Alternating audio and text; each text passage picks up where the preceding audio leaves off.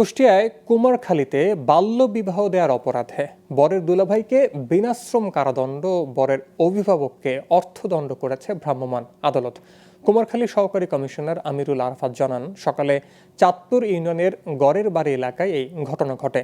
বাল্যবিবাহের খবর পেয়ে কনের বাড়িতে ভ্রাম্যমাণ আদালত অভিযান চালায়। দুই পরিবারের সাথে কথা বলে ঘটনার সত্যতা পেয়ে বাল্যবিবাহের অপরাধে বরের দুলাভাইকে 3 দিনের বিনাশ্রম কারাদণ্ড ও বরের অভিভাবককে 10,000 টাকা অর্থদণ্ড করা হয়।